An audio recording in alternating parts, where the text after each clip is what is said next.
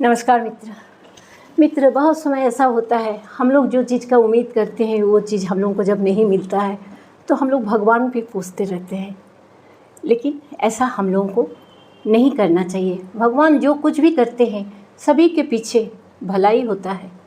चलिए आज हम एक छोटी सी कहानी इस बारे में आप लोगों को सुनाएंगे। एक बार की बात है, एक पानी जहाज़ समुद्र के तूफान में फंस गया था।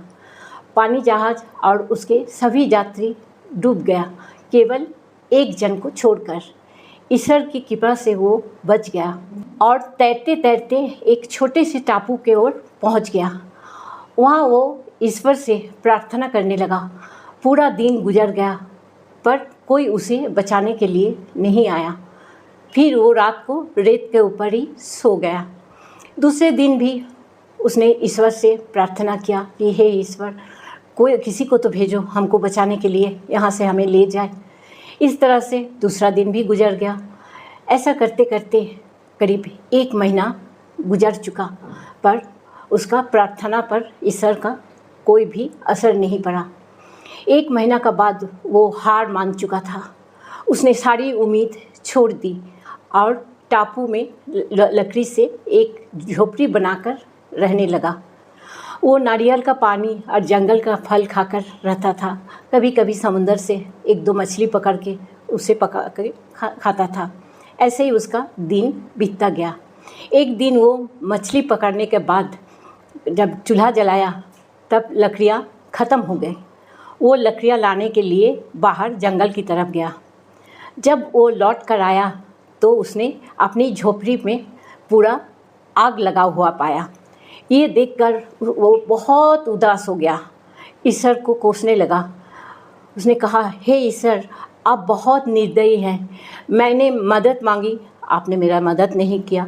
मैंने रहने के लिए एक छोटा सा झोपड़ी बनाई, आपने उसे भी जला दिया।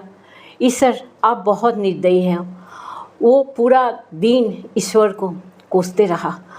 रात हो गया और वो बाहर रेत पर जाकर सो गया।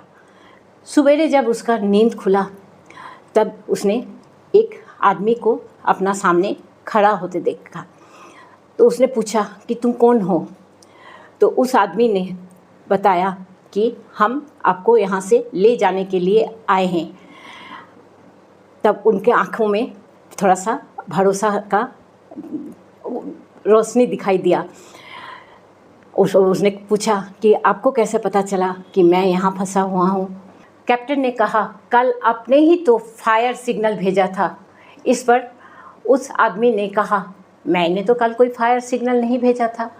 फिर उसे अपने जलते हुए झोपड़ी की याद आई और वो समझ गया कैप्टन ने उसके जलते हुए झोपड़ी को फायर सिग्नल समझकर उसे बचाने के लिए वहाँ आ गया। तब उसे एहसास हुआ कि झोपड़ी में आग लगना ईश्वर का ही प्लान था ताकि वो उस टापू से निकल सके। अब वो ईश्वर को शुक्रिया अदा करने लगा। दोस्तों, हम अपने सीमित बुद्धि से दुनिया को देखते हैं और ईश्वर को हम लोग कोसते हैं। ईश्वर का जो प्लान होता है वो हमें समझ में नहीं आता है। जब भी कुछ होता है ईश्वर हम लोगों के लिए करते हैं तो वो ईश्वर हम लोगों का भलाई के लिए ही करते हैं।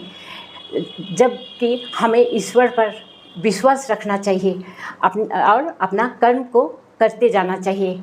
जब भी बुरा वक्त आए तो हमेशा याद रखना चाहिए कि ईश्वर ने आप हमारे लिए बहुत कुछ किए हैं और जो भी किए हैं वो बेहतर सोचकर ही किए हैं। जो सही समय आने पर आपको पता चलेगा।